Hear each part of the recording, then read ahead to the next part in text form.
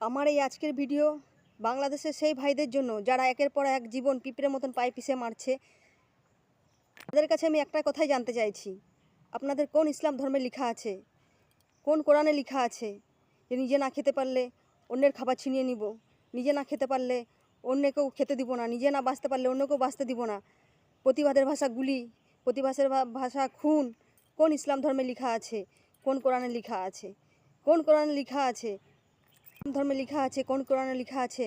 তারা শুধু একবার আমাকে বলার দরকার নেই, নিজের মনকে জিজ্ঞাসা করুক, নিজের আত্মাকে জিজ্ঞাসা করুক। আমি একটা জীবন দিতেই পারবো না, কে অধিকার দিয়েছে এতগুলো জীবন নেওয়ার? ইসলাম ধর্ম, এটাই কি কোরআনের ভাষা? এটাই কি কোরআনের জ্ঞান? নিজেদেরকে ছাত্র বলে দাবি করছে, এটাই কি শিক্ষা?